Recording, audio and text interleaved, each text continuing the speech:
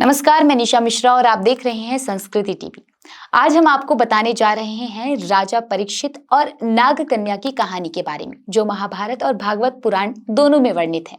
राजा परीक्षित पांडवों के वंशज और अर्जुन के पौत्र थे। वो अभिमन्यु और उत्तरा के पुत्र थे। जब पांडवों ने संन्यास लिया, तब परीक्षित को हस्तिनापुर का राजा बनाया गया। वो धर्मनिष्ठ, वीर और न्यायप्रिय शासक माने जाते थे। कहा जाता है कि राजा परीक्षित को एक नाग जाति की कन्या से प्रेम हो गया था, लेकिन नाग कन्या का भाई तक्षक इसके विरोध में था। राजा परीक्षित ने विरोध के बावजूद नाग कन्या से विवाह रचा लिया। तक्षक ने प्रतिशोध लेने के लिए कई बार परीक्षित पर वार किया, मगर परीक्षित को एक वरदान था कि वो सर्प के काटने के बाद यदि अपने जख्म को देख लेगा तो सर्प काटने का असर नहीं होगा। एक बार परीक्षित वन में शिकार खेलने जा रहे थे तो तक्षक एक सुंदर बेंत का रूप धारण करके पड़ा हुआ था। परीक्षित ने उसे बेंत समझकर उठा लिया और उससे अपनी कमर को खुजाने लगा।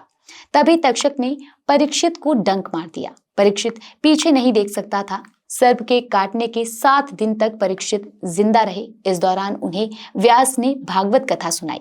तब से भागवत कथा का शुभारंभ हुआ। इसके बाद राजा परीक्षित की मृत्यु हो गई। वहीं इसको लेकर एक कथा ये भी है कि एक दिन राजा परीक्षित जंगल में शिकार पर निकले। बहुत थक जाने के बाद वो ऋषि के आश्रम पहुंचे और पानी मांगा। ऋषि ध्यान में लीन थे और उन्होंने कोई उत्तर नहीं दिया। इससे क्रोधित होकर परीक्षित ने ऋषि के गले में एक मरा हुआ सांप डाल दिया और वहां से चले गए। जब ये बात ऋषि के पुत्र श्रृंगी को पता चली तो उसने क्रोध में आकर राजा परीक्षित को शाप दे दिया कि 7वें दिन उन्हें तक्षक नामक नाग द्वारा डसकर मृत्यु प्राप्त हो जाएगी। कुछ लोक कथाओं में यह भी वर्णन मिलता है कि परीक्षित को नागलोक से तक्षक के डसने से बचाने के लिए उन्होंने नाग कन्या से विवाह करने की योजना बनाई थी।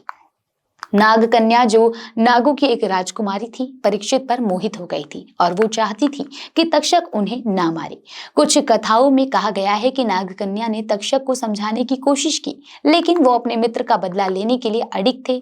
नाग कन्या ने परीक्षित को चिताया, परंतु नियति को कोई नहीं टाल सका। परीक्षित को अपने कर्म का पछतावा हुआ। उन्होंने अपने अंतिम दिनों में शुकदेव मुनि से भागवत पुराण की कथा सुनी।